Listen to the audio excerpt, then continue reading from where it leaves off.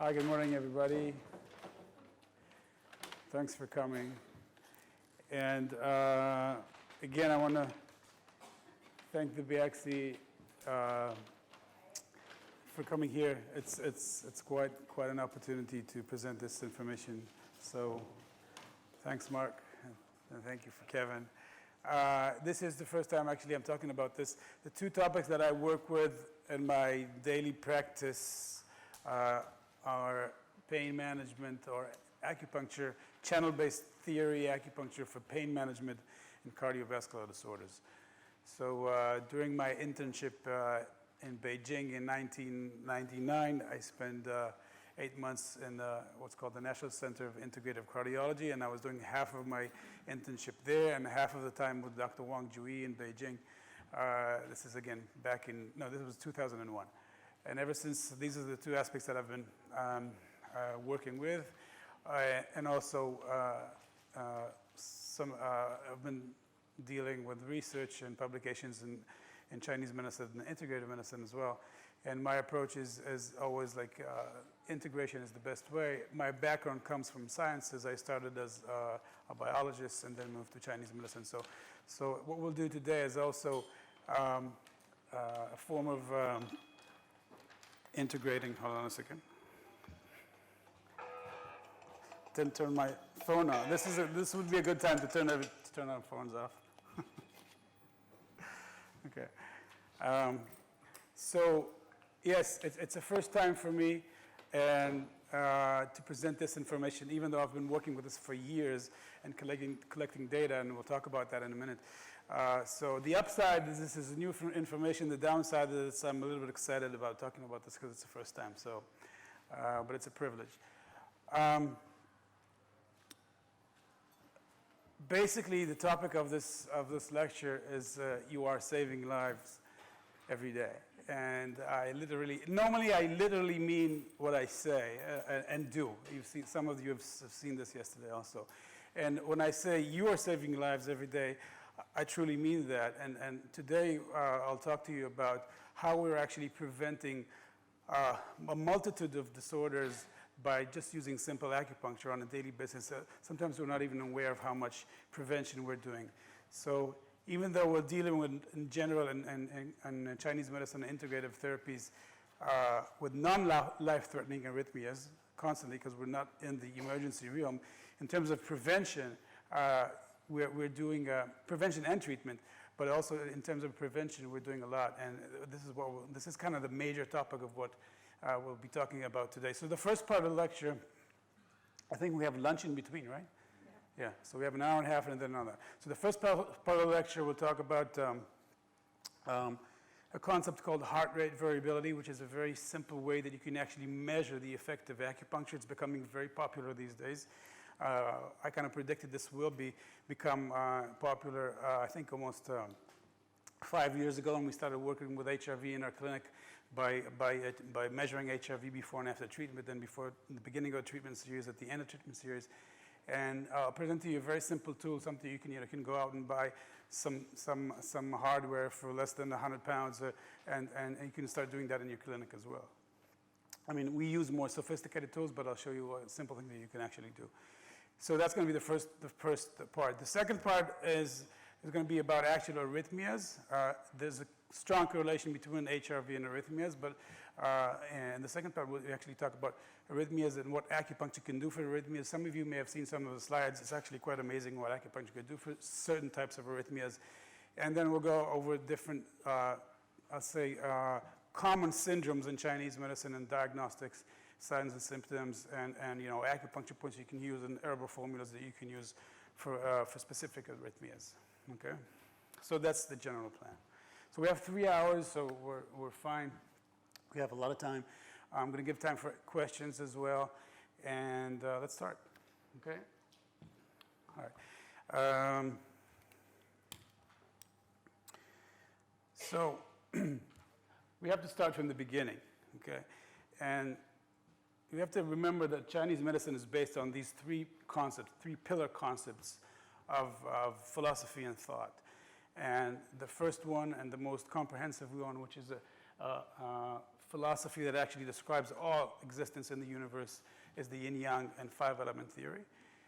And then we have specific theories that actually deal with the inner workings of the body, and those are the channel theory, which is a connecting pathway, and then Zhang Fu theory, which actually discusses the anatomy, physiology, and pathology of the internal organs. Okay, but everything is here. Okay, everything is here in terms of what you need to know in general in Chinese medicine. And I always say it in Chinese medicine, whenever you get confused and you're not sure about what's going on with the patient, and you're not sure about your diagnostics, always zoom out to the biggest zoom out that you can, and basically that's yin and yang. Okay, going back to yin and yang and trying to look at yin and yang aspects of a problem normally kind of gives you an outer perspective, which allows you to zoom back that deep into the small details and actually make things much clearer. So yin-yang theory is a fundamental aspect of creation. Basically, according to Lao Tzu and the Book of Tao, the discussion is about, in the beginning we had this order, and then from this order became order, and order became by the separation to two oppositioning poles, naming heaven and earth, which actually manifest the potential of all things to exist. Because when we have heaven on top and we have earth below, okay, potential of all living things to start from that. So if we have the skies on the top and the earth below, and we have rain coming down, and we have the fields, and we grow, we have green grass growing, and we have food, and all existence in life actually starts from this duality of yin and yang, this yin and yang poles. Okay, and it's really important to kind of keep that in mind, because basically it's the potential. The skies are there and the heaven is there, but the potential difference between these two poles is actually what creates the ability of things to grow and erupt. Okay, so just like in a battery where you have a potential here, you have a plus and a minus. Nothing happens until you make this connection. Once you make the connection between the plus and the minus, that's when things kind of start happening. So it's the same with yin and yang. So these principles of yin and yang as a potential for creation, this lies at the basis of our thought. And you'll see in a minute that actually this lies at the basis of our biology and physiology. Okay? So that's one very important aspect of yin and yang. The other very important aspect of yin and yang is the ability of yin and yang to change or interchange from one to the other. And the best way to describe the ability of this duality is by different poles of rest and activity. We cannot go on with activity unless we do rest. So we have to sleep at night, good sleep, good number of hours, rejuvenate our blood, the liver works, cleans the blood, protects the pericardium, the heart is safe and secure, the shin is calmed, and then we can get up the next morning and start going. So these two aspects of poles of creation, as potential poles of creation, and this continuity, which is based on the ability to rest and to be restful and to be active, are the most fundamental aspects of yin and yang that we look at in cardiology, in Chinese medicine cardiology. Now, when we look at the heart, okay, now think of this amazing organ that we have there that works 24/7 for us, constantly working, contracting, relaxing, supplying blood to the body. Basically, the hardest working organ in the body is the heart, constantly there. That and the brain, actually, the brain too, because the brain actually needs a lot of blood, and the amount of oxygen consumption in the brain is the highest compared to all other organs, and blood supplies this oxygen, and the heart supplies this oxygen. But in terms of the workings of the heart, this is an unbelievably complex and magnificent system that we have right here in the center of our chest that actually allows the continuity of living, and its ability to work is based again on this function of yin and yang, and this duality of between being active and being passive or resting. So the active part of the heart is the systole, where the heart actually contracts. That's the yang phase of the heart, and you have blood pumping all over the organ. And then immediately after that, this yin and yang exchange or interchange to a yin state, where the heart relaxes, which allows new blood to come in, which are then at the new, another systole starts, and we have pumping. And this continuous flow and flux from a yin state to a yang state is basically what allows on a daily, on a second, on a minute basis, this is what allows our living. Of course, there's all the other aspects of lifestyle and constitution and genes that actually take the whole picture. But on a daily basis, on a second-to-second basis, if the heart stops, that's it. Okay, we all know that. So versus, for example, if you eat bad food, okay, it will get you eventually. If you don't sleep, it will get you eventually. But on a second-to-second basis, this is the most important yin and yang exchange that we have in the body, constantly there, activation and relaxation, yang to yin. This change is like the most fundamental. And by the way, there's a lot of research about what this does in terms of how it echoes outside.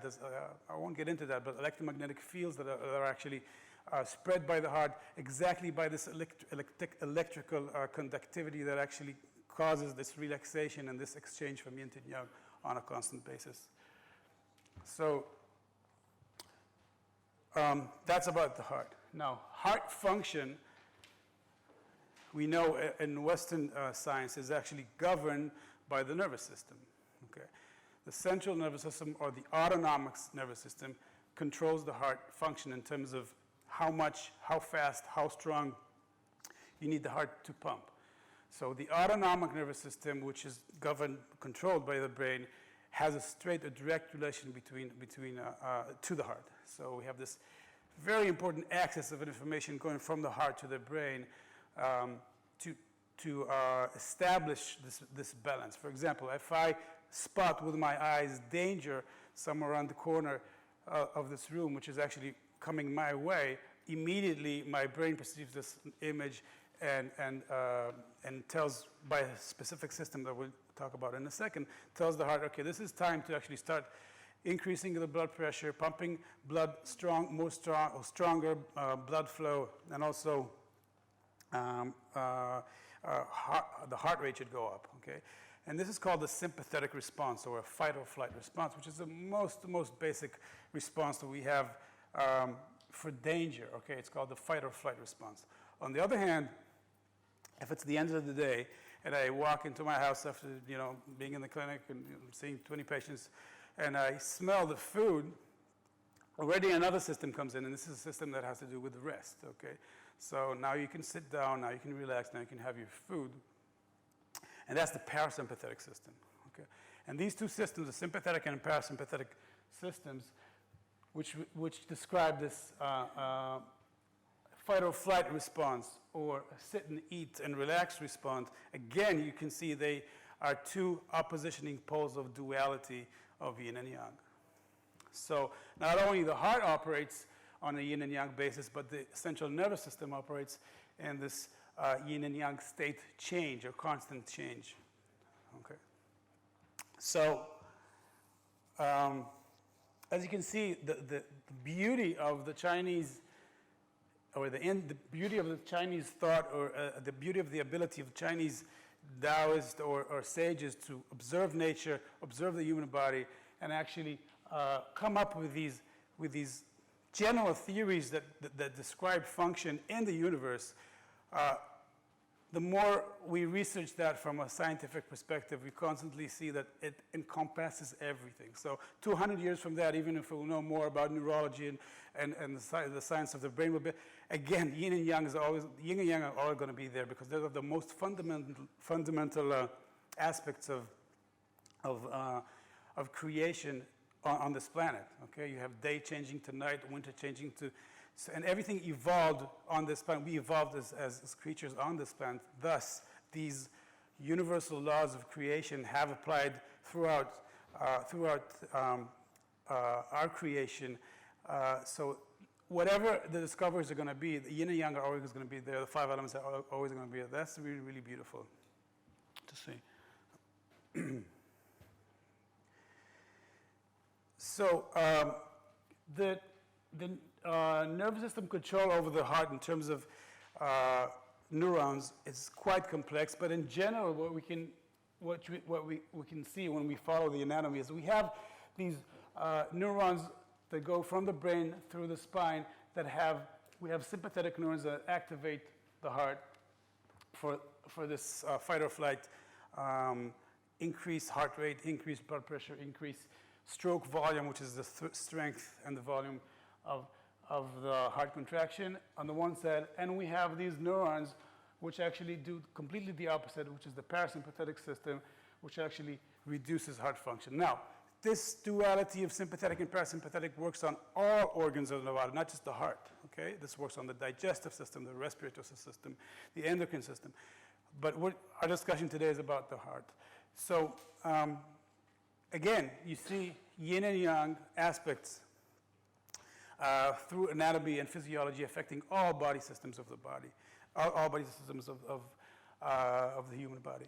So, and the ability to have this activity is based on the ability to also have this rest. Without rest,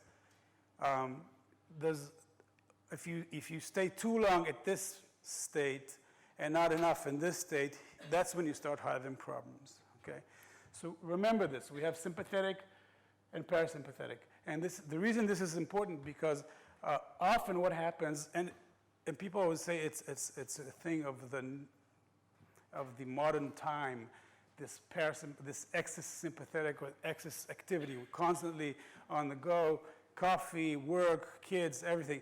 It's always been like that. I mean, I don't think we're more stressed now than we were. I was just in Ireland 2 weeks ago, and I was a little bit, it was the first time for me teaching in Ireland, so I was walking Dublin, and I went to a couple of the museums just to understand a little bit about the history of the Irish. And you know, all the wars that happened throughout history, the medieval time, the Viking time. I don't think people today were more stressed than they were back then, okay? So it's always been here, but again, it's all yin and yang. So if you're not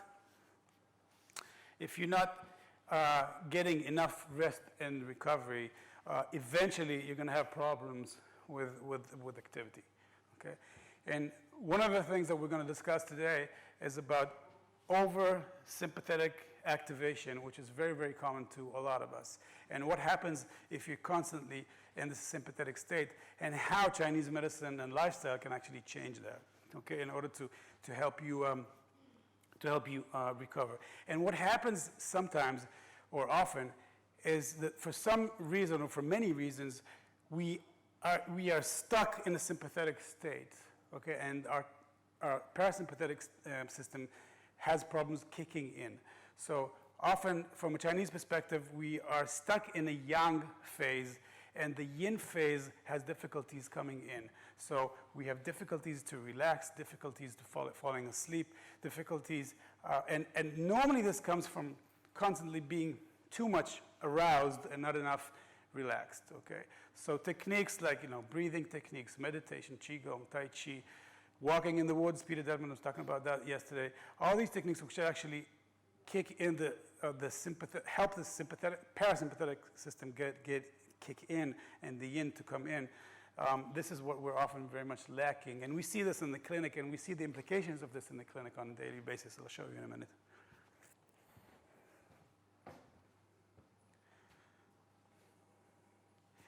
So there's a very simple way you can actually measure. You can measure the sympathetic, parasympathetic balance in your body, okay? It's called heart rate variability. I'll try to make this simple. It is simple, okay? But let me explain a little bit this concept and how you measure it. So let's say my pulse right now is 60 beats a minute. There's no way it's 60. I'm like around 90 here right now. But let's say it was 60, okay?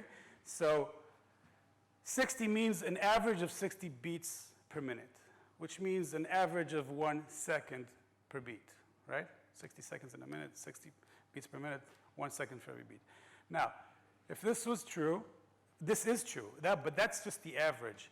In general, there's constantly a change, a slight change between the beats that is actually measured by milliseconds.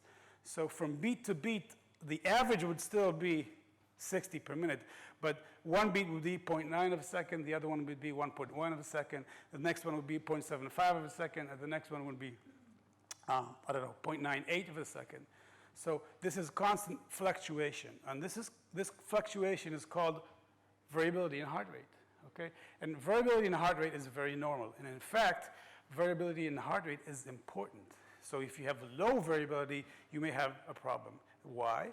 Because if I'm just sitting on a chair and my pulse is around, 55, and if for some reason I need to get up really fast and start walking or running, the ability to make that change is based on how much variability I have. So if I have less variability, my ability to make changes from accelerating and decelerating the heart rate is damaged. So heart rate variability is a normal function, and the higher your heart rate variability is, the better your parasympathetic state is, the better your yin state is, to a certain degree. Of course, this is defined, because if your variability is very high, then you may be liable to arrhythmia, which we'll be talking about later on. But in general, HRV is a measurement of yin state, a measurement of parasympathetic tone.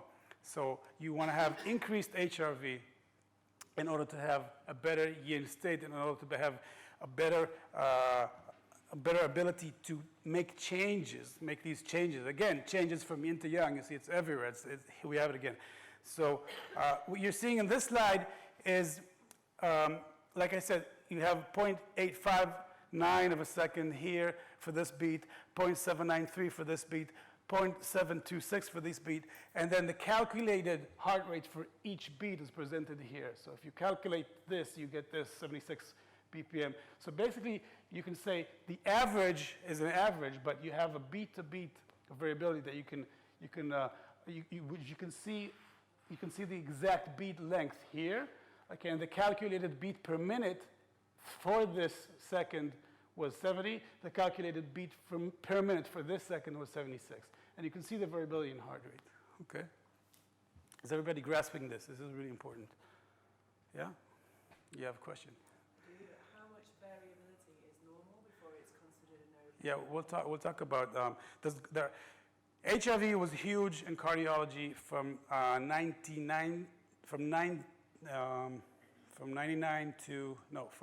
96. A lot of papers discuss that. The American Heart Association and the European Heart Association actually issued guidelines in 96, and we have all that information, okay?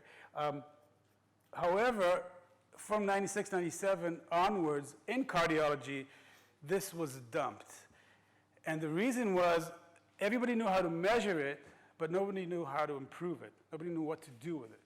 Okay, so yeah, it's a measurement, but the good news is, because it was such a hot topic, okay, they were measuring HRV for large populations back in the 90s, and I'll show you in a minute what's coming out now.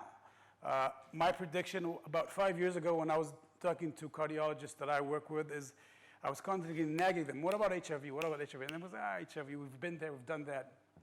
And I was saying, you have to see it's going to come back. It has to come back, okay? And I'll show you in a minute what's going on just this past year. So has everybody grasped this? This is important to understand. Okay, so remember, HRV, high HRV indicates better health. Low HRV indicates, potential for disease, not just cardiovascular, okay?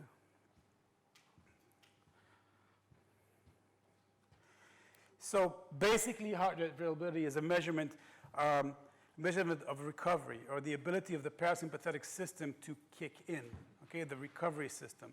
So the ability to enter into a yin state from a Chinese perspective, that's HRV. So if you have higher HRV, you have a higher ability to enter into a yin state, okay?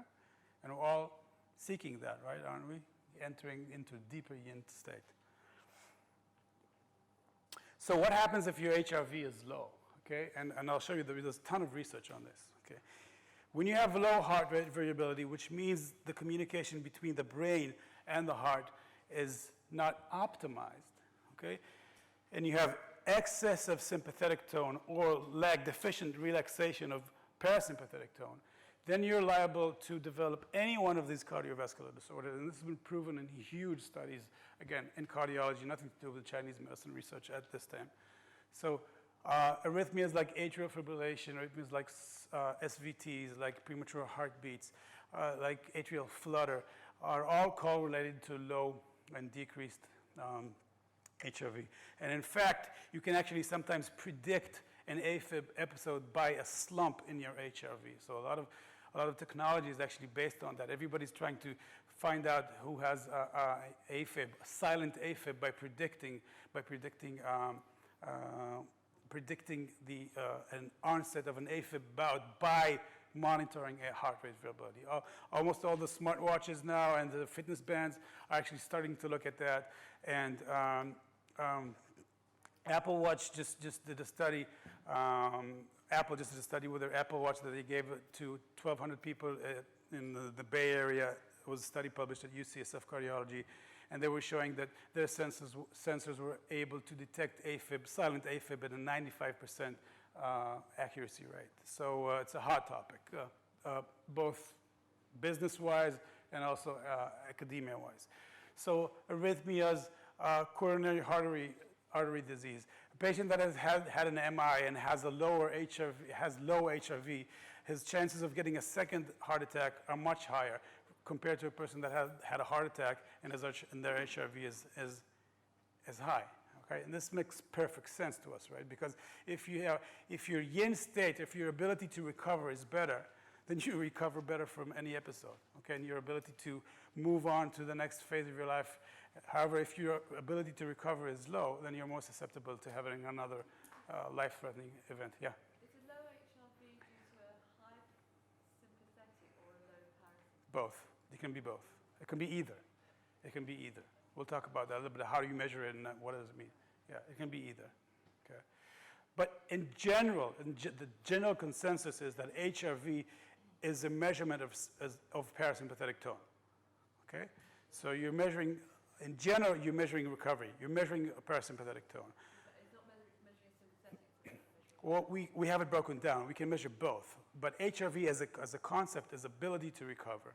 Okay? This is actually used in sports now also. A lot of new fitness teams, Olympic teams are using HRV to guide their training schedule. Okay, so if you wake up in the morning and your HRV, when you need, on your routine you need to run 14 miles and you haven't slept well, it will show in your HRV.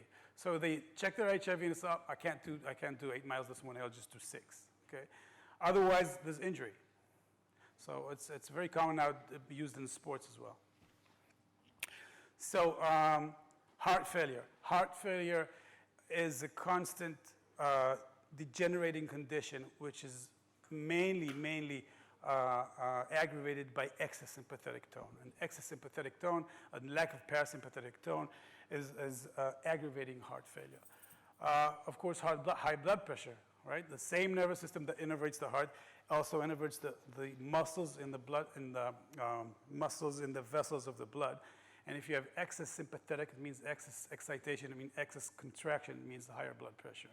And you have more relaxation, you have less, if you have more parasympathetic tone, which means basically more parasympathetic tone means less sympathetic tone, so less activation of those muscles, then you have relaxation of the muscles of the blood vessels, and you have decreased blood pressure.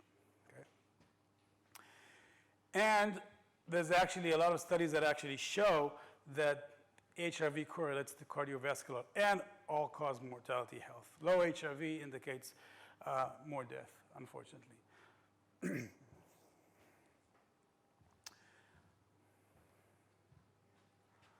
So let's take a little bit, let's take a look at just to show you that what I've been saying is based, okay, evidence-based. Okay, we like that term, evidence-based. So we know already from the year 2000 that low HRV in a 2-minute rhythm test. Someone was asking me yesterday about how long we measure HRV. I can't remember what it was. We were talking about should it be 2-minute, 5-minute, 10-minute, 24-hour, because there's all these different measurements of HIV. So even a 2-minute ECG, which again we will be doing in the demo and at the end of this part, can actually predict risks of coronary artery disease and mortality. And this was published in Circulation, which is like the number 1, number 2 journal of cardiology back in 2000. Okay. Hypertension, blood pressure, relation of hypertension and blood pressure to heart rate variability this was discussed back in 2003 in Hypertension Journal, which is the number one journal in hypertension. Heart rate variability analysis at coronary artery disease and angina. Again, this is going 2009, drug discovery. Reduced heart rate variability and mortality and risk in the elderly. The Framingham Heart Study. Has everyone heard about the Framingham Heart Study? It's like one of the biggest studies that is ever done on large population of healthy people, and in order to predict morbidity and mortality in heart conditions. Number 8, heart rate variability from short electrocardiographic recordings predicts mortality from all causes, not just heart. Impact of reduced HRV on risk of cardiac events, again from the Framingham study. Now we also have studies actually showing that there's a relation between HRV and the lesions, the sizes and the severity of the lesions in the coronary arteries that actually cause heart attacks. Okay, and as you can see, this goes on and on and on. Acute myocardial infarct, which is a heart attack, again 2004, and just recently, and this is like the most interesting thing, 2017, this is this year. So we have JACC. JACC is the Journal of the American College of Cardiology. Again, JACC and Circulation compete, which one is the better journal, but these are like top journals in cardiology. So the first one is about heart failure. JACC heart failure, association of Holter-derivative HRV parameters with the development of congestive heart failure in the cardiovascular health study. Now, the cardiovascular health study was a study that was following general population healthy people, okay, and established this connection between decreased HRV and increased premature heartbeats, PVCs, right here, and the risk of developing heart failure, okay? This was 1,200 people, this study. 2017, March 2017. Okay, again, 2017. This one was April 2017, I think. Just came out. JACC, Journal of the American College of Cardiology, Cardiac Autonomic Dysfunction and Incidence of Atrial Fibrillation. Okay, so decreased HRV was shown to be highly correlated with the risk of developing atrial fibrillation in healthy people, okay? So this is a 8,000 people follow-up for 20 years. This is mega studies, okay? We've never had like big studies like that. So remember that, 8,000 people that they took HRV measurements from them 20 years ago, followed them and looked at what happens 20 years down the road in terms of a risk of developing AFib, okay? Low HRV, increased risk of atrial fibrillation, okay? And interestingly, look at the conclusions of the authors. Further studies are needed to determine whether interventions in the general population to restore autonomic balance, hence increase HRV, may prevent atrial fibrillation. So the conclusion is we need to find ways to improve HRV to prevent atrial fibrillation and heart failure, okay? This is just from 2017.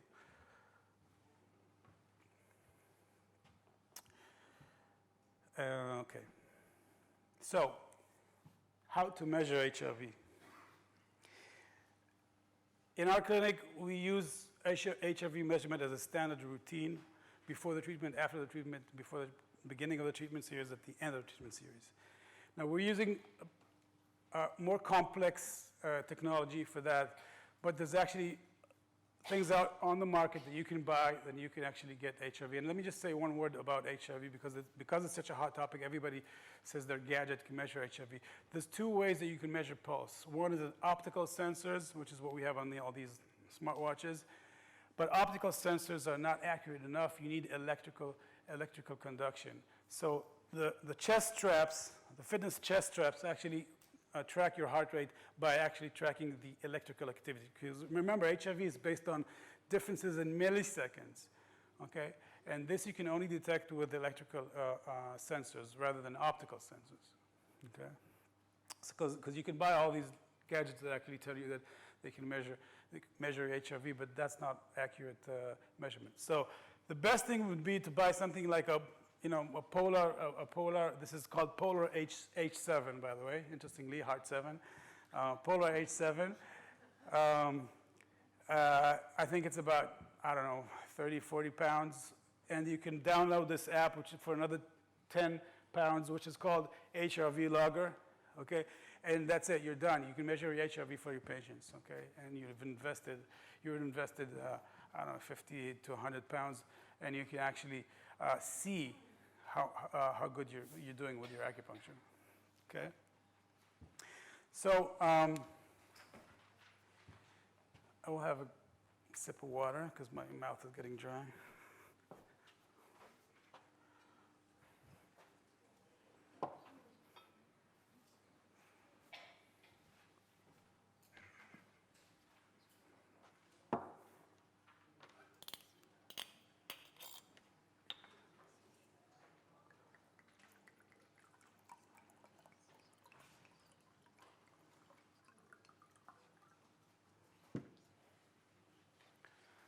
Yeah, question? What units is HRV measured in? In a second. Okay.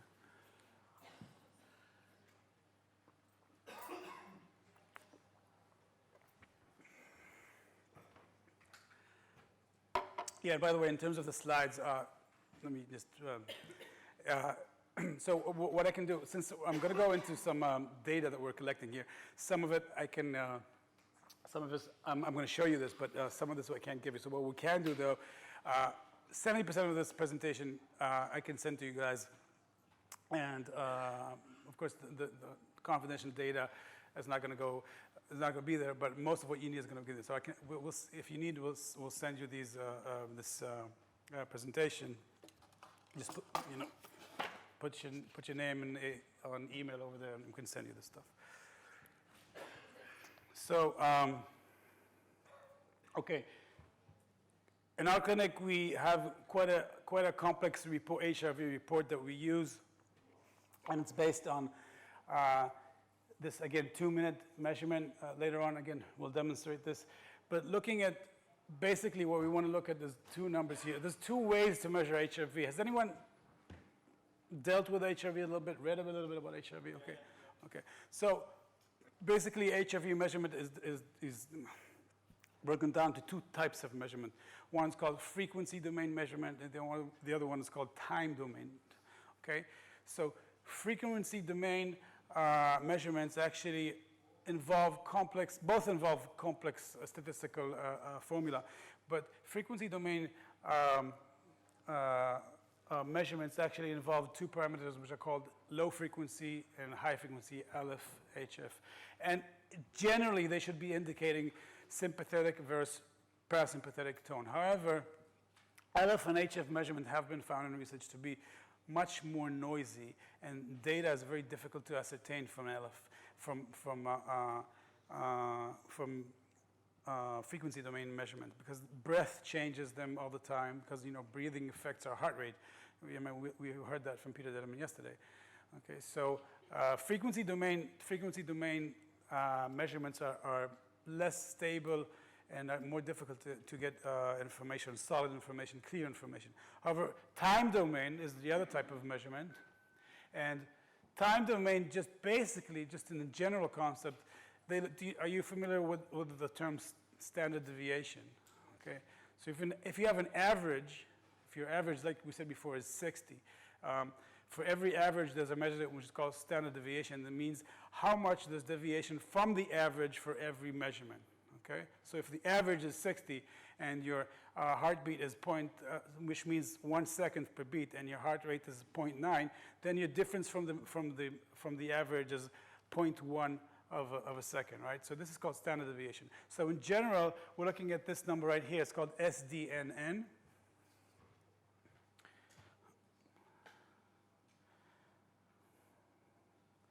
So right here, okay, you see SDNN, which means standard deviation of normal to normal beats, okay?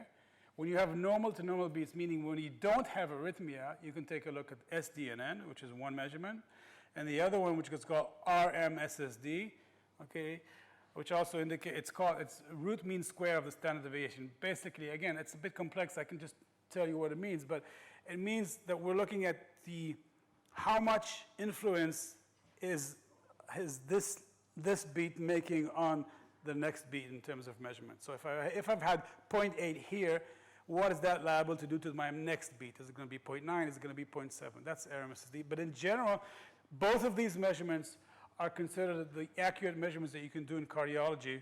By the way, not so much for HRV and psychological disorders. That's where you use more frequency domain. But both of these measurements are the measurements that we're looking at right here. And these are RMSSD and SDNN right there. And of course, the heart rate. So,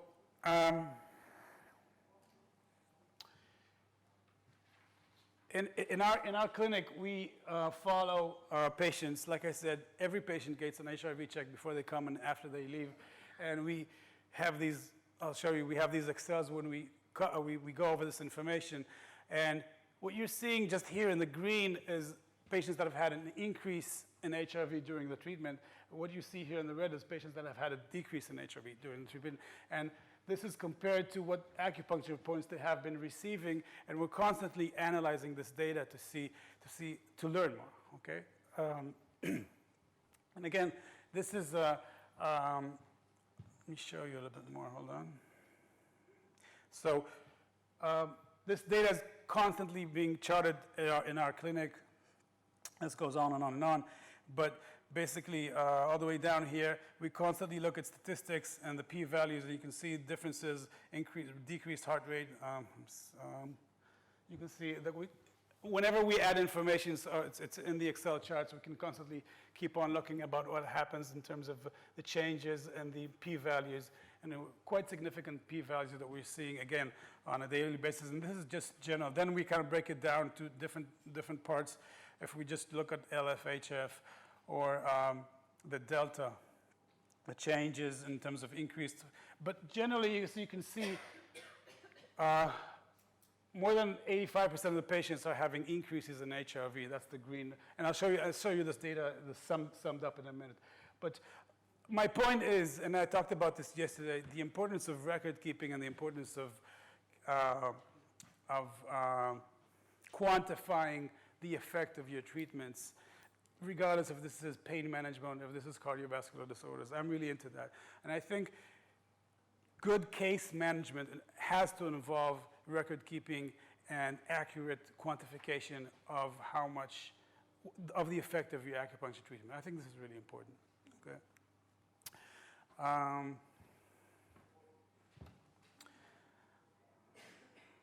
Yeah, and again, we're looking at, we break it down further to, which kind of acupuncture point combination did these effects, what other point combination did these effects.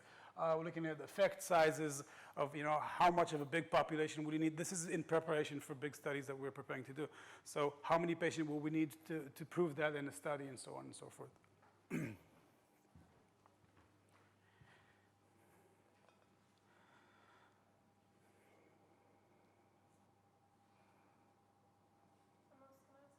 Yep. That slide you were just on before, Mm-hmm. the one before that? No, it was the tables of stats. Mm. Yeah. Why is it green in the beginning and then it goes red? Is that the same patient? What's happening there? Where? So you've got 4 tables of green. So the bottom.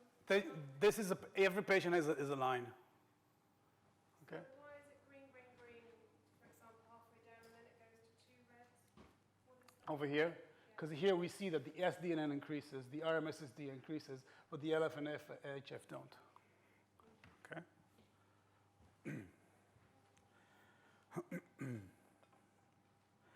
All right, so where were we? Okay, so remember, HRV is a yin state. It's a parasympathetic state. So what can we do to improve our HRV? Well, lifestyle is the first thing, always, right? Before we talk about treatments, before we talk about drugs, before we talk about acupuncture, before we talk about anything, we talk about lifestyle, okay? This is the true medicine. So, meditation, relaxation, exercise, certain types of exercise, I'll talk about that in a minute also. Yoga, good nutrition. There's actually studies about nutrition and the ability of nutrition to balance extrasympathetic states, okay? So everything starts here, okay? Best way would be to prevent your disorders by teaching and advocating and promoting and encouraging your patients to adopt, and yourselves, to adopt a healthy lifestyle, okay?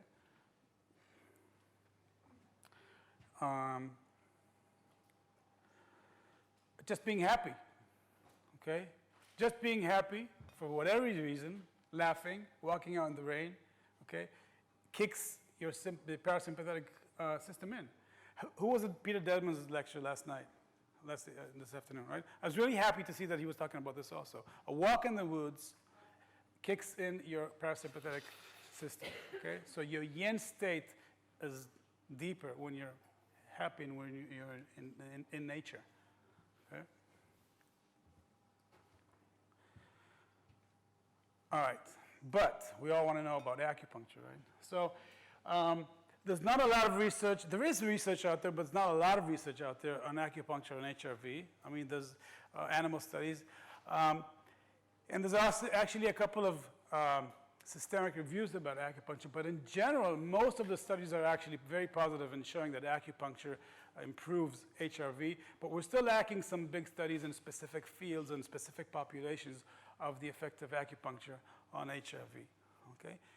And I want to share with you a little bit of a summary of the information that we're gathering so far, again, in preparation for these studies.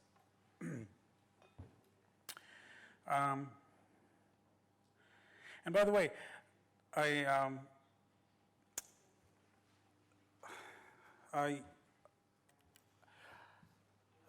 from 2002 to 2005 to 2012, I was running a research institute in one of the hospitals in Israel, one of the biggest hospitals that has a big integrative therapy care.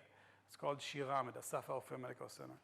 And I would get research proposals on a daily basis from both physicians and also acupuncturists and natural therapy practitioners saying, let's study this, let's study that, this seems like a good idea, maybe we can do this, maybe we can do that. And my approach was always, stuff that we have information on, after we've gathered information and we're really, really sure that this is going to go well, then we can do clinical trial to basically validate our results so far. This has always been my approach, and this is what we did with a big study that we conducted on treatment of high blood pressure with lifestyle modification. Another study we did with the acupuncture ER study.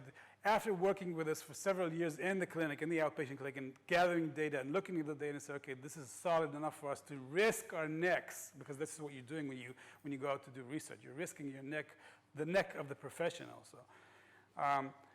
And this is also my approach now. We're constantly collecting this data, analyzing this data in order to be able to make sure that if we hit the studies, we hit them right, okay?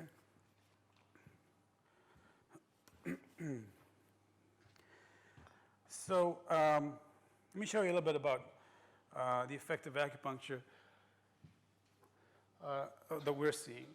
So what you're seeing in the top part of the chart is all the acupuncture treatments that our cardiovascular patients have received in the clinic, regardless of their differential diagnosis or regardless of the attempt to analyze. And in general, if you take a look here, you see that this is one small study, 48 patients that received a total of 136 treatments. You can see the average heart rate reduction from 67 to 64. With significant p-values. You can see the increase in SDNN that we just talked about from 35 to 43, okay? And the RMSSD increased from 30 to 40, again, very significant values. Now, if we analyze what we called HRV promoting protocols, which I will discuss either before lunch or after lunch, again, from this acquired knowledge of how the Chinese system looks at sympathetic and parasympathetic, then you can see that these results actually increase even further, okay? This is a sub-analysis of this group, 77 patients, 38 patients with 77 treatments. And you can see that if the rate of change here was about 4.8 change percent in heart rate reduction, and an increase of 22% here in SDNN and 35 in RMSSD. Here we're seeing that the numbers are higher. So we have a 5.39 heart rate reduction, 31.65 SDNN increase, and a 46% increase in RMSSD, which is really, really profound. Okay, again, RMSSD is a pure parasympathetic tone measurement. Okay. What's that? Standard deviation of normal to normal beats. Basically, it's the standard deviation of the mean heart rate throughout the measurement time. Okay?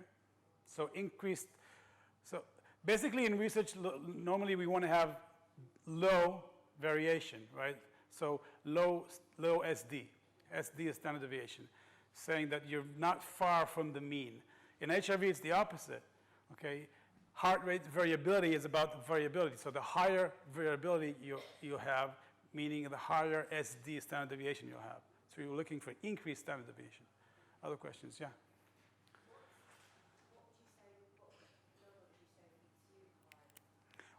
I'll show you the charts. It's not what I say. It's what the American College of Cardiology says. Okay? Yeah. Could you tell us what points we used? Of course. For the enhanced treatment program? Of course I will. It's coming up. Yeah. These amounts of treatments are quite high. Do you think it would take that number of treatments normally to see these kinds of changes? No, we have a demo. We'll see if we can do it in one treatment. The I'm hinting the answer. Yeah. The numbers are 77 treatments for the 38 patients and 136 for the 48 Yeah. patients. This is for looking at the group as a group. Can you give an example of the cardiovascular treatment? As an example of the drugs used? Of course. Oh, drugs? Yes. What do you mean? You controlled it with the cardiovascular classical, general cardiovascular treatment protocol. You mean acupuncture? Do you mean acupuncture? I thought you compared acupuncture with... Yeah, this is exactly where we're heading. Which acupuncture point combinations and which systems in the body we have seen that actually increase HRV. Yeah, we're getting there. No, I'll ask about what allopathic treatments. What medications? What was your control? Yeah. No, wait. Two different things. Okay. Medication is not given to improve HRV by standards. Medication. Doesn't exist. No, not that doesn't exist. You don't measure the success of a drug by HRV just yet. However, beta blockers, okay, which reduce blood pressure and heart rate, okay, beta blockers increase HRV. Okay, we know that. Okay, there's literature on that. How much? You'll see in a second. Okay.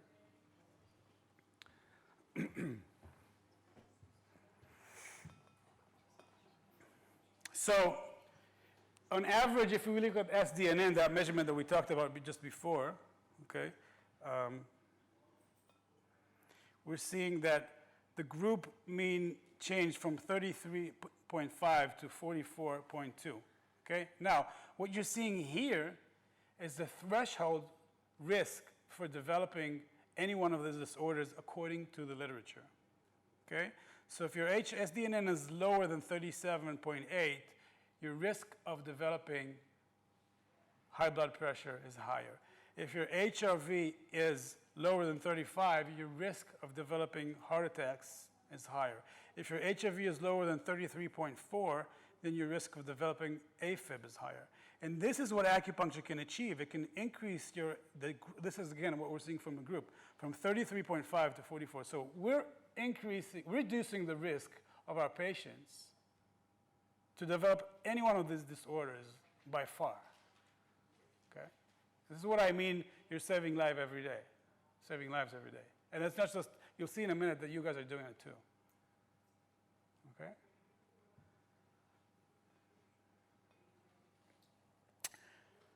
So we increase HIV and reduce risk for cardiovascular disorders and death. Again, comparing this, I've just shown you the literature. We're talking about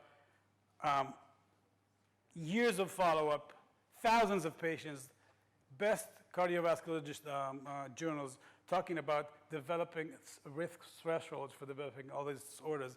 This is where this data comes from. And this is what we're doing with acupuncture. Okay?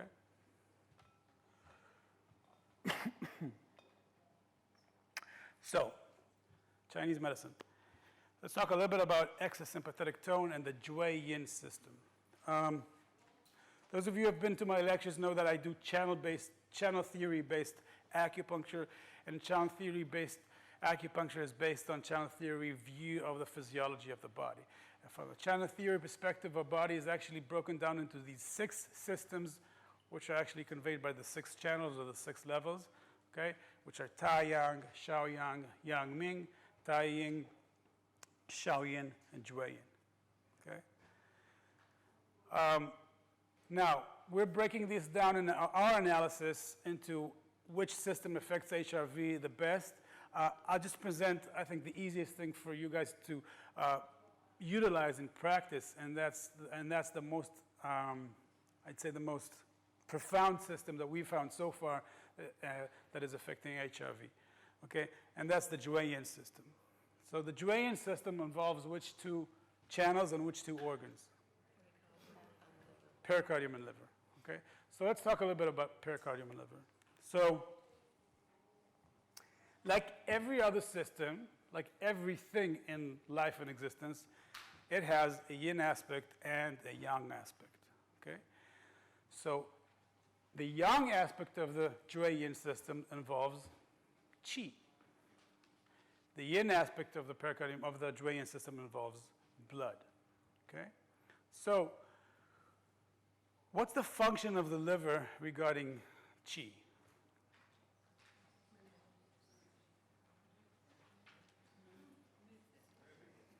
Smooth it, right? Smooth the flow of qi. Reduce excess turbulence, right? It's like driving an off-road with your car. You have a lot of turbulence, right? The liver is supposed to smooth the qi, okay? So it doesn't stagnate, so it doesn't accumulate, so it doesn't spill over to other systems. So this is what happened, right? We have liver overriding the spleen, liver overriding the middle jiao, liver overriding the pericardium, okay? So in terms of the liver and qi, the liver is supposed or responsible for smoothing the flow of qi. Okay? What's the yin function of the liver relating to blood? Right, rejuvenate blood. Okay? When we sleep at night, from a Chinese perspective, we have liver blood being rejuvenated. Okay? You know, from Western perspective as well. The liver actually is a great filter there that filters the blood. Okay, so that's liver. Let's talk about pericardium. What is the function of the pericardium? What's it supposed to do? Protect the heart. So again, it has a yin aspect and a yang aspect. The yang aspect of the pericardium protecting the heart has to do with qi, okay? Excess emotions, frustrations, anger, stress, okay? These are things that cannot enter the emperor, have to be blocked, okay?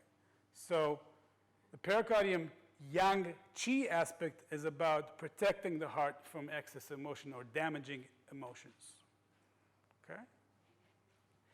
Now, what about the yin aspect of the pericardium?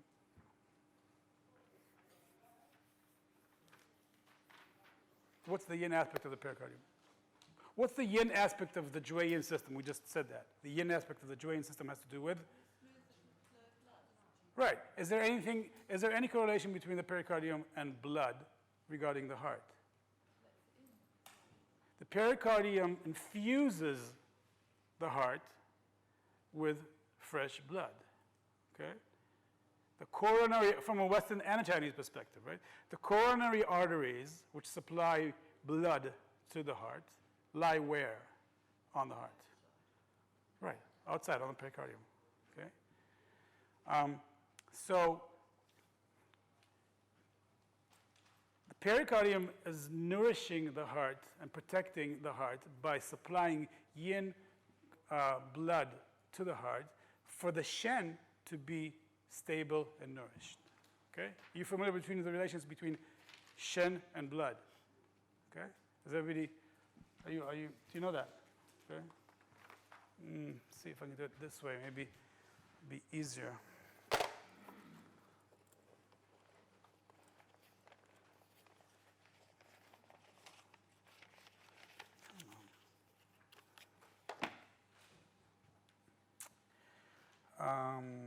Hold on a second.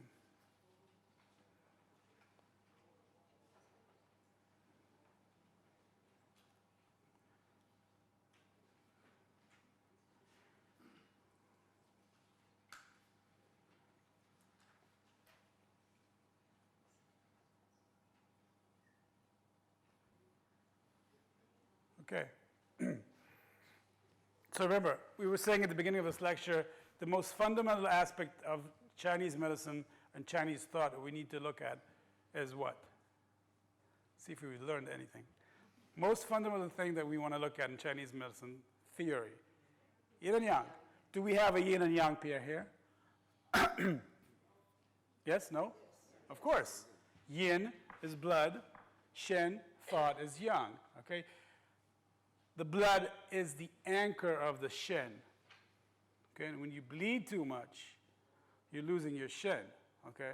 If you have blood deficiency, you have shen problems, cognitive, speech, memory, concentration. Okay? So without shui, without yin, there's less function of the yang. Okay? So that's the relation between shen and shui. And blood, by the way, and blood pumping and the heart pumping blood actually brings the shen or the spirit to every part of the body. Okay? One of the most interesting works that I've seen with herbal medicine is actually Dr. Leon Hammer and Dr. Shen's approach on treating emotional trauma with blood-moving herbs, saying that you actually disperse the stagnation of the trauma from the tissue by bringing blood and then new shen to the traumatized area. Okay, really interesting work. Leon Hammer's Dragon Rises, Red Bird Flies. Has anyone seen this book? Yeah? Yeah. So, coming back to the pericardium,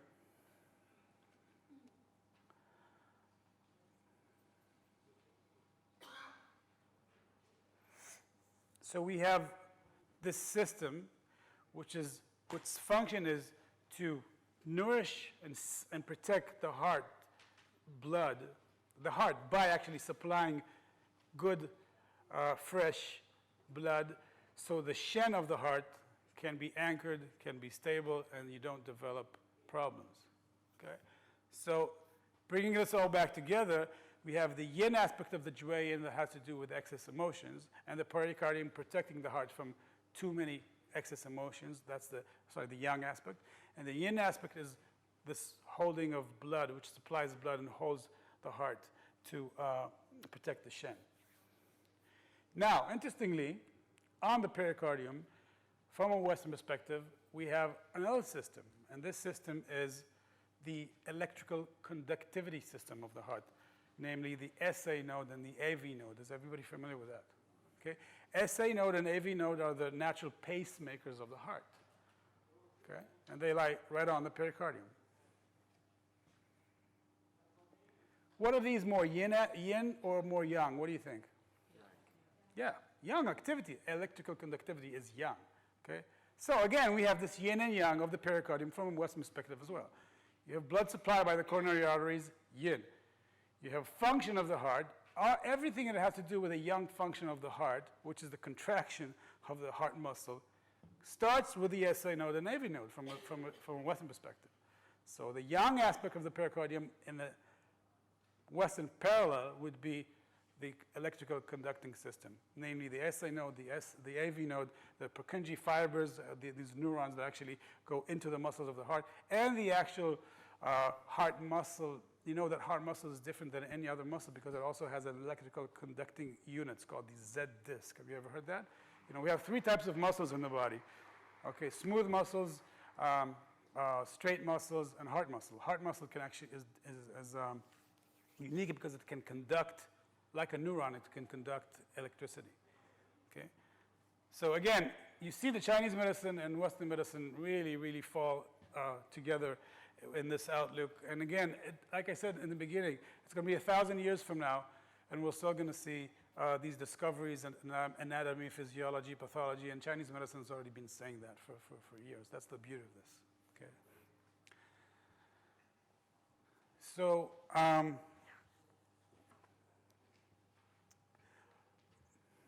we have 20 minutes, right? Yeah.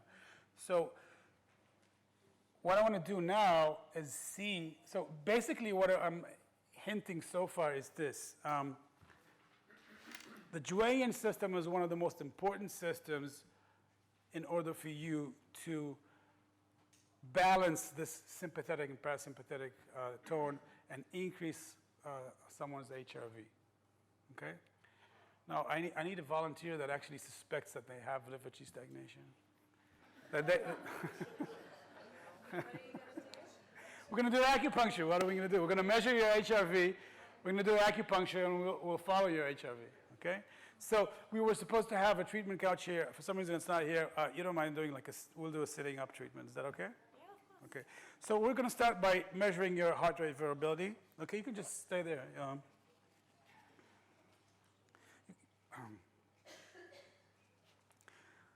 So why do you think you have liver qi stagnation? I actually was sent to hospital a month ago, thinking I'm having a heart attack. Oh, what do you have? I think it's just anxiety. I'm waiting to get a monitor. Can you take your watch off and then so wait. So I'm going to have you. We're going to measure your. We're going to take your ECG for 2 minutes. You can't talk and you try not to move, okay? Because that kind of affects your measurement a little bit.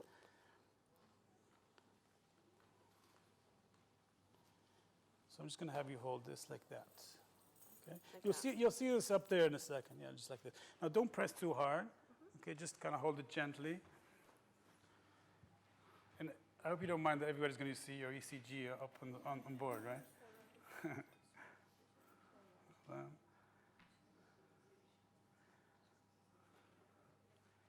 So first of all, we're just going to do this for 30 seconds and see how it goes. We're getting a lot of noise, but let me see if the system actually may be able to reduce this in a minute. You're not moving, are you? No. Let's wait a second. Let it kind of calm down. You're nervous? Yeah. Are your hands shaking? Yeah. Okay, that's why. We're seeing your hands shaking right now. So let's do it again. Let's have you calm down. This is not your heart rate. Don't worry. Yeah, we're getting some noise. So I'm going to do it again and see if we can get you to relax.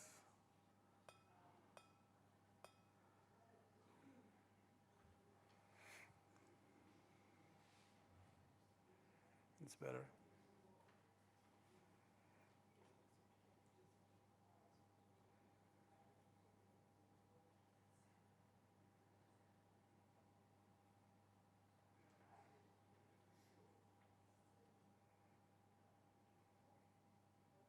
Mind you, if we took my pulse now, it would be around 130 also. So I've never done this before live like this, so I don't know how this is going to be. So I'm a bit apprehensive about this. Oh, but you can't laugh and you can't move. So, okay, we're going to try to do this for 2 minutes. We'll see. We may not be able to take yours, but we'll see. If we can't, unfortunately, we'll have another volunteer. But I'm going to do this now for 2 minutes because this is what we need to do for HRV, and we'll see how we go, okay? And so in the meanwhile, I'm going to ask you, do you have any questions? We have 2 minutes for for this to go on. Yeah. Presumably HRV isn't a realistic mechanism to test with somebody who's got arrhythmia. Of course, exactly. Excellent point, okay?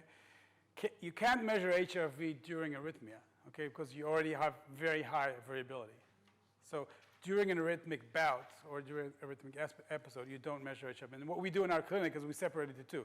If we have a patient that has arrhythmia on that 30-second test, then we follow the ECG of that patient, okay? We're going to be talking about this in the afternoon, after lunch.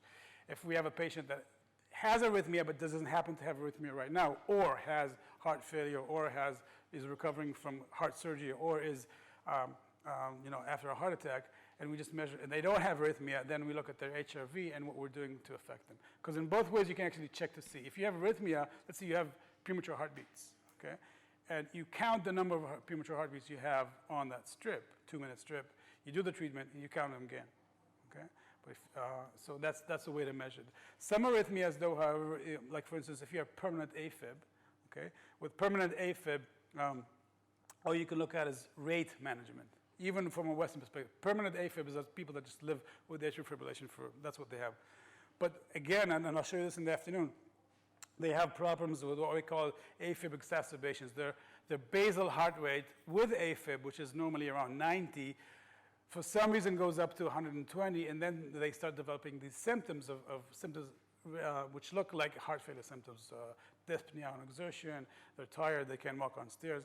And then what we do with acupuncture is we bring them back with a treatment series, we're bringing them back to around 80 and 90 for the basal, and basically reduce that. So you can measure that as well. So these are kind of the things that we're looking at. So did you get that? You can't measure HRV during arrhythmia. No? Okay.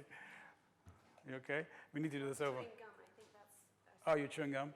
All right, so wait, let's try this again. Let me wet your fingers again. sorry. No problem. You can look at the timer up there. You can see how much time I is can look left. at that. Yeah, there's time.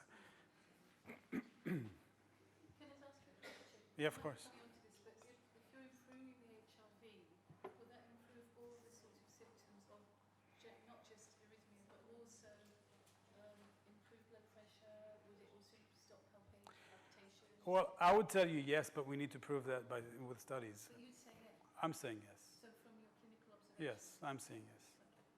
HRV is just a correlate. It's a measurement. It's a measurement that we have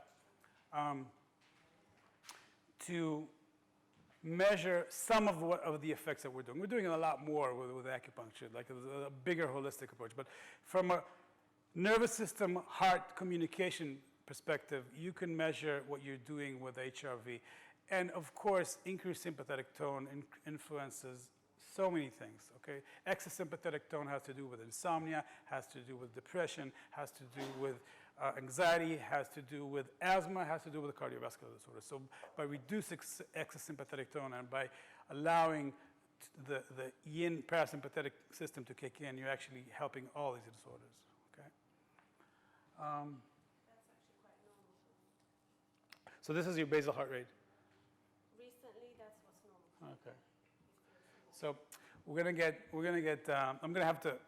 What we'll do a treatment for you just to see if we can reduce your heart rate, but we can't measure your HRV basically. Is that okay? Yeah. Okay. So we had a basal heart rate of about 130. Let's see if we can help you with that. I need another volunteer. Okay. Let's.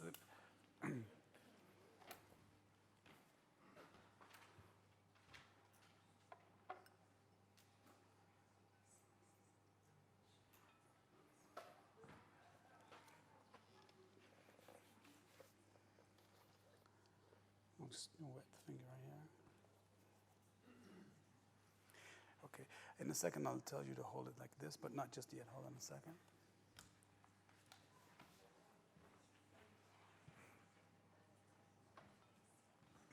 Yeah, so try to hold that. Exactly, like this. Okay, and rest your hands.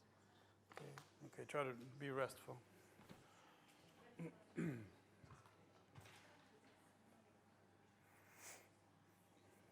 what's this called? This machine you've got? Wait, hold on a second. Yeah, that's okay. Everybody's really excited today. We're getting high heart rates.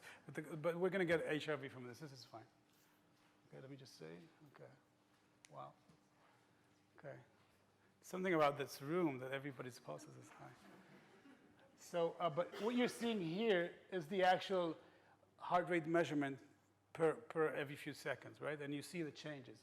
Now, as you can see, it changes from 100. This is already indicating that there's nice variability here, okay, to us. Okay? In a minute, we'll see the exact number. And is the gadget that you're using there the same one that you were talking about earlier? No, this is a different system. Actually, I purchased in Shenzhen, China, of all places. A bit difficult to put your hands on. But you can get most of this information from the Polar and not invest so much money in that. And so does the other one work the same way, holding it between the fingers? No, that way you put the strap on your chest. Yeah. But the advantages of that one is that you can actually get an HRV trend during the treatment because you leave the strap on and you see what happens with your HRV. And this is really important. Thanks for asking that. Optimal time for treatment. We so often encounter that question, right? What's the optimal time for treatment? Is it 20 minutes, 15 minutes? Is it 25 minutes? Is it 45 minutes? Depending on your style. Now, the way we see it now, and again, this is like early stage investigation, for treatments that we want to optimize HRV, again, of course, the Chinese medicine diagnosis comes first, but we see that there's optimal times for treatments. For instance, some people will reach their peak HRV after 10 minutes, okay, and after that it will start reducing, and you actually don't need to retain the needles longer. And other patients, it takes 25 minutes. So there's also a tool that can help you determine the length of your treatment, again, if you're trying to improve HRV and reduce liver cheese stagnation. That's really interesting. And this is actually the advantage of the Polar strap, okay? Okay, I'm going to do another short one for 30 seconds. Keep holding that for a second for us, just to make sure that we don't have any arrhythmias that I haven't seen.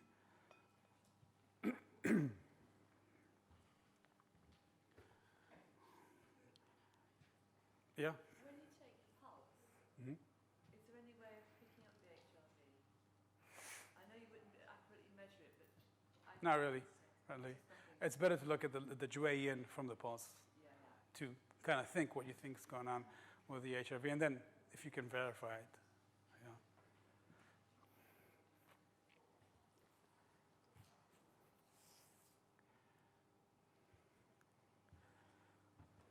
So my guess is your HRV is pretty good.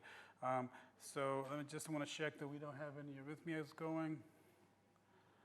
Yeah, anyway, so this came out green, 93. This is all fine. So let's look at your HRV. Can you remind me your name? Anna. Anna?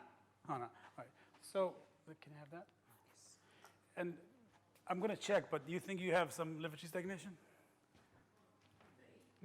No. I got it. That's the answer. All right. Let's look at the numbers here. Okay, these are the numbers that we're looking at here, right here. The mean heart rate was 98. SDNN was 27, which is not too bad. Okay, you just need to go over 35. And RMSSD is 23. Just for comparison, the patients that we have coming in with heart problems are around anything from 5 to 12 to 17 around here, okay? And again, from 5 to 15 and 12 around under 20. So generally, and also HRV decreases, of course, decreases with time and age. So this is, how old are you? Can you say? I'm sorry. 65. Yeah, so if I have time, I'll show you the chart. This is actually, you're okay. That's actually pretty good. So quickly, because we don't have a lot of time, you just check your pulse.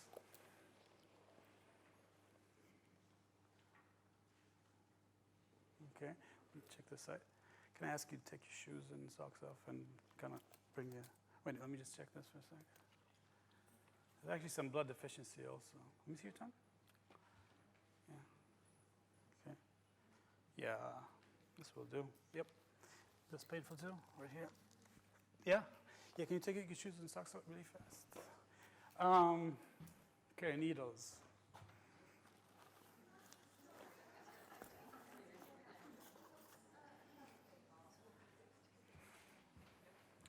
So I'm just going to do something really simple for Anne. I'm just going to do, there's some blood deficiency also, so actually liver 3 will work also for that. So we'll do pericardium 6, liver 3. I did find also a little bit of middle GI deficiency there, so maybe we'll do stomach 36 as well and see what happens, okay? Listen, I don't have needles. Does anyone have like needles they can pull out of their pocket? That's one thing that was left over yesterday.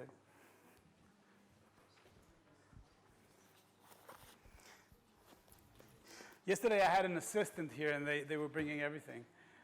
Yeah, if you can just sit there and... Thank you.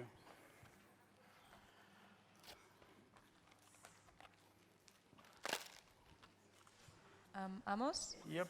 here's a question. What's that? Here's a question. Let me insert the needles first and then I'll take some questions, okay? So I'm just doing PC6, liver 3. Her pericardium channel is very tight under palpation, really tight.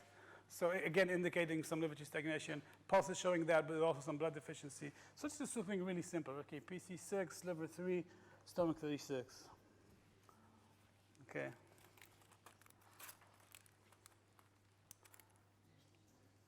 Can you feel this? Feel that? Yeah. Okay. Did it radiate? Yeah. Feel that? Pardon? Okay. Are you okay with sitting up and doing treatment? You're not going to get dizzy? I hope not. Okay. I don't think so. I need someone to look at her constantly that she doesn't get dizzy. Actually, I would like you to later on kind of turn around and use the. Do you feel this? Yeah. Here too? Yeah. Okay.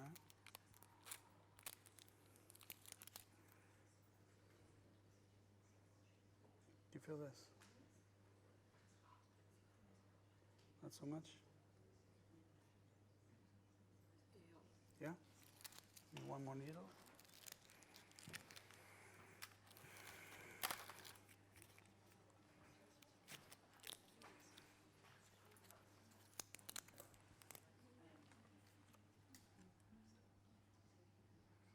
Feel that? Yes. All right, so why don't you turn over and kind of relax. All right, so yeah, I'm going to steal 5 minutes of your break, not more, okay, if that's okay, because I wanted to have at least 10 minutes of the needles in there, and we have 5 more minutes till break. So there was a question at the back. What indicates a normal heart condition in the SDD? What are the figures for the RMS? So you want to know the normal ranges, right? Okay, let me show you. So everybody's asking for that, so I'll show you this. Hold on a second.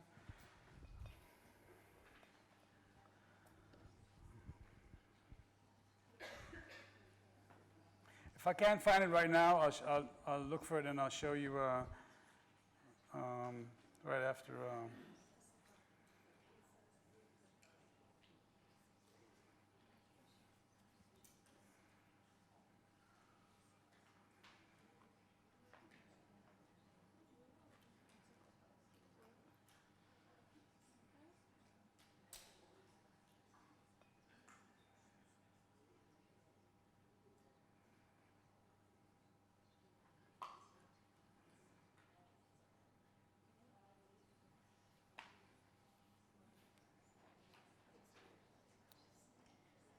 Any other questions meanwhile? Oh, here we go. I think this is it.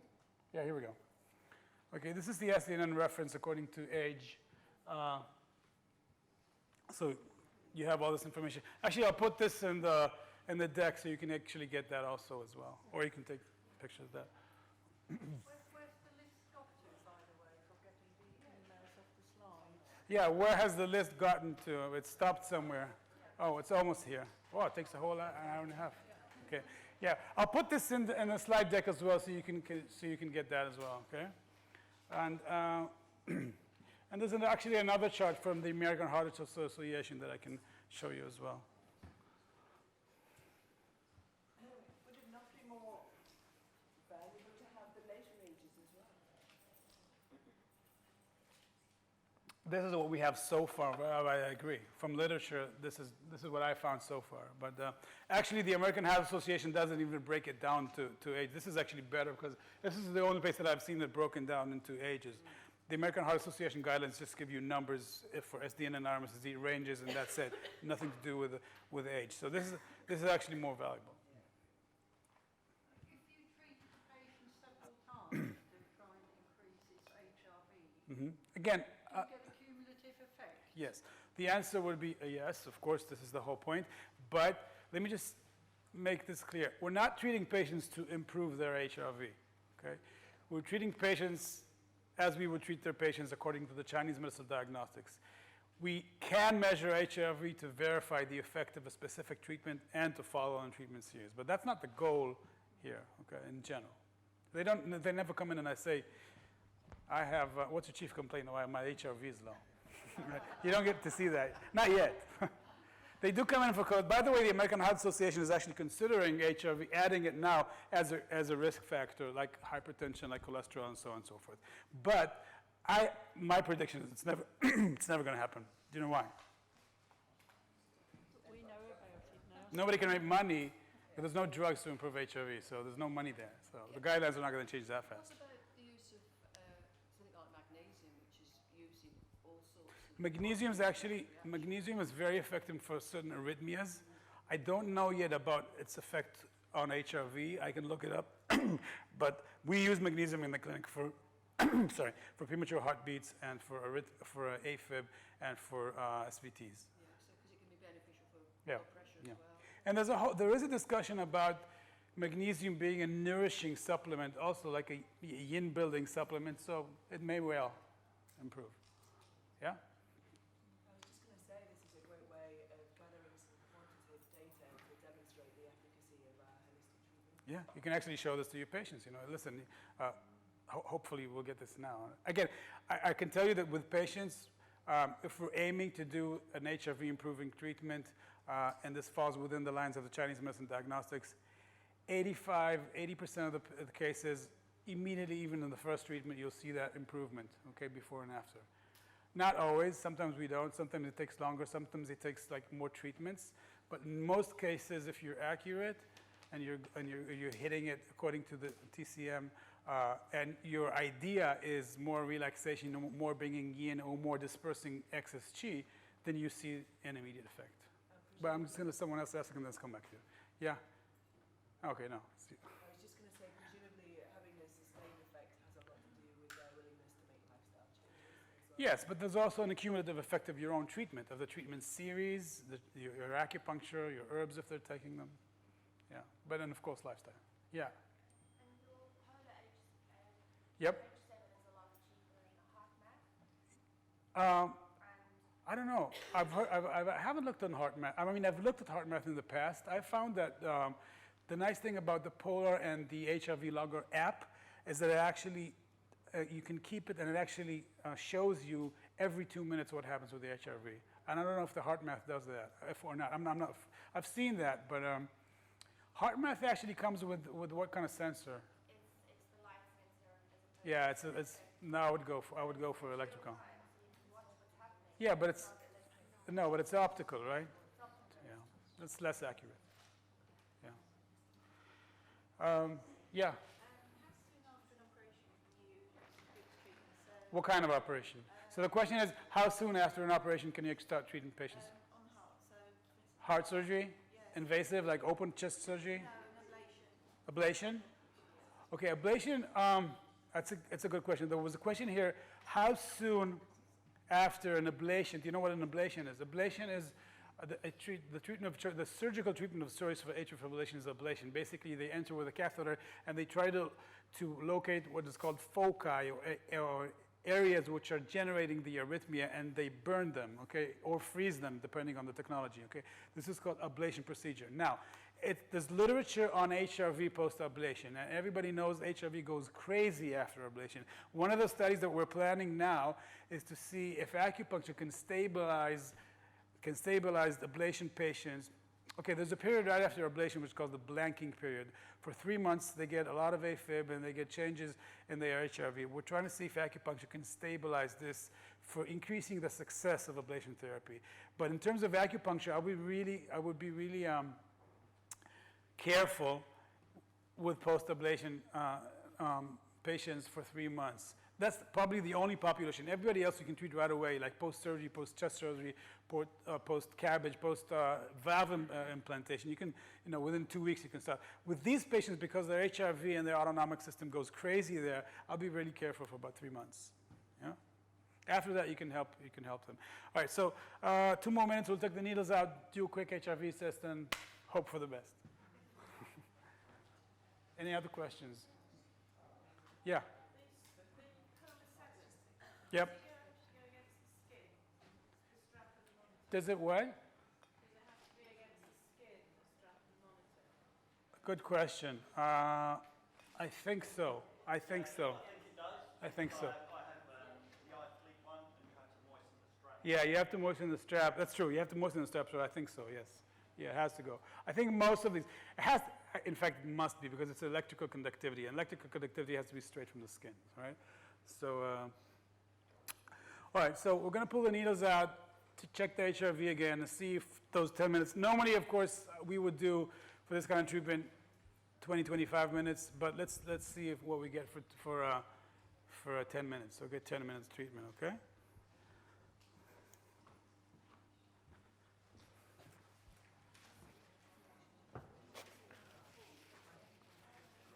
Okay.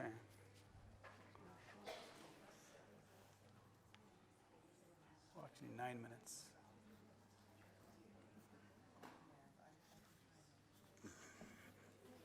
The sharps box.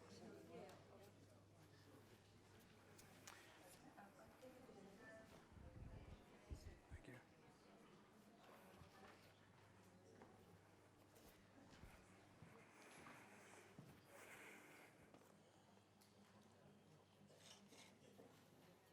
Can I have you hold it again? You just hold it like that? Start it now? Yeah, like that. Put it down there.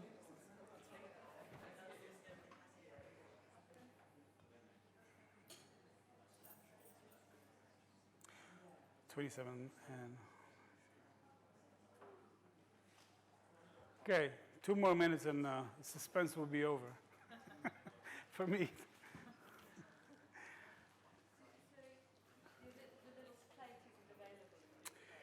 No, no, it's I found that in Shenzhen. I flew to China and I was looking for like ECG miniaturizing companies.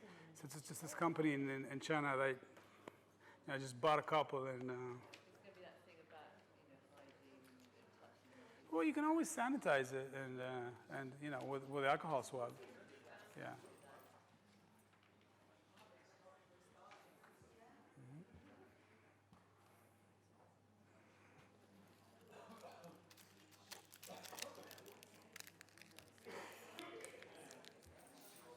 So take a look at the heart rate, right? Now, as I was talking about research before, I was talking about mainly on HRV, but there's a ton of research about basal heart rate and cardiovascular morbidity, okay? So increased heart rate is also a risk factor.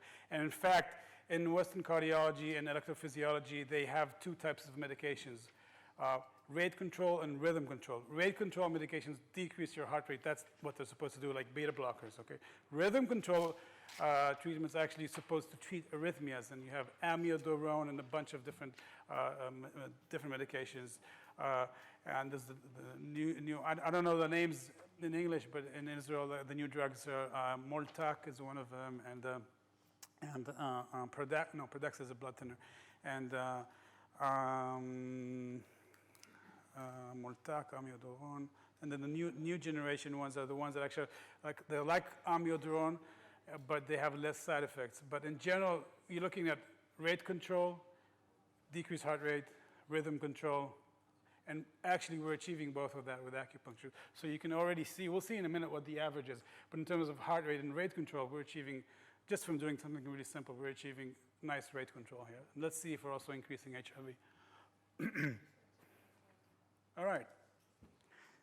So I didn't say this actually goes to the cloud. It's being analyzed in the cloud. It comes back to the this is why there's actually very good Wi-Fi here. I'm just going to take a look at this. Okay. Oh, did you get an opposite effect? Yeah, here's the tackle. Here we go. Okay. Now, what are we getting? We're getting decreased HRV. Okay. So we got decreased heart rate and decreased HRV. So in terms of HRV, and this happens, like I said, in 10 to 15% of the patients. But we would probably do another treatment for you in the afternoon and leave the treatment there for, the needles there for 25 minutes. Okay, I'd like to do that. So in terms of heart rate, we're seeing reduction. In terms of HRV, we've seen also reduction. Sometimes HRV reduction and heart rate reduction go together, but not often. So we do experience that. I'd say 10, 15% of the patients, no alarm. The indication for me would to do a longer treatment for her, maybe like 25 minutes, and see how we're doing with HRV over there. Okay? So we're going to come back after lunch, and we're going to we'll talk about arrhythmias specifically, not just HRV. All right? Thank you.